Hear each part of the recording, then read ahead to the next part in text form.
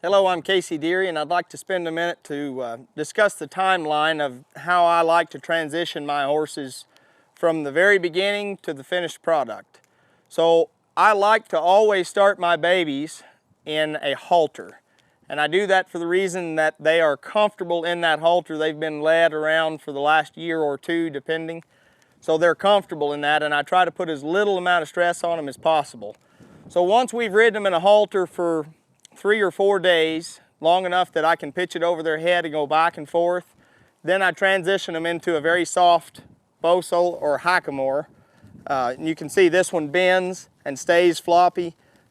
There's no metal core in here. This is a very soft bridle.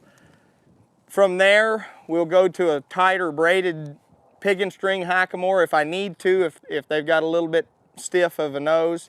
That will help me get a little pliability.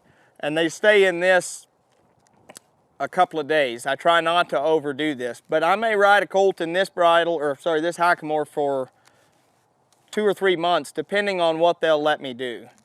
So from there we go to a smooth snaffle. I do the majority of my horse training in that smooth snaffle. I need to know that my horse can do all the maneuvers and all the parts before I progress. Then I move to this bridle. This is my snaffle gag. They'll spend 2 weeks or so in that. Once they're soft in this, I may go back to this for a while. When I feel like they're operating and they're doing every maneuver that I'd like them to do in this smooth snaffle, then I transition into this bridle, this small correctional. So it may be 6 months into my training that they go to this, and it may be a year that they go into this.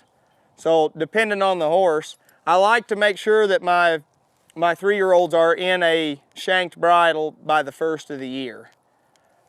So from there, all of them are different, but I try from the first of the year to go into this. This is the slider correctional, gives me a little more leverage. From that spot, I go into a solid bridle about, say, September of their 3-year-old year. On average, I get them into a bridle that I'll be showing them in. And then I have a few bridles in the tack room that stay in the tack room that are a little more severe that we use if we're needing to work on a specific thing, and then I go back to something with a lot of tongue release.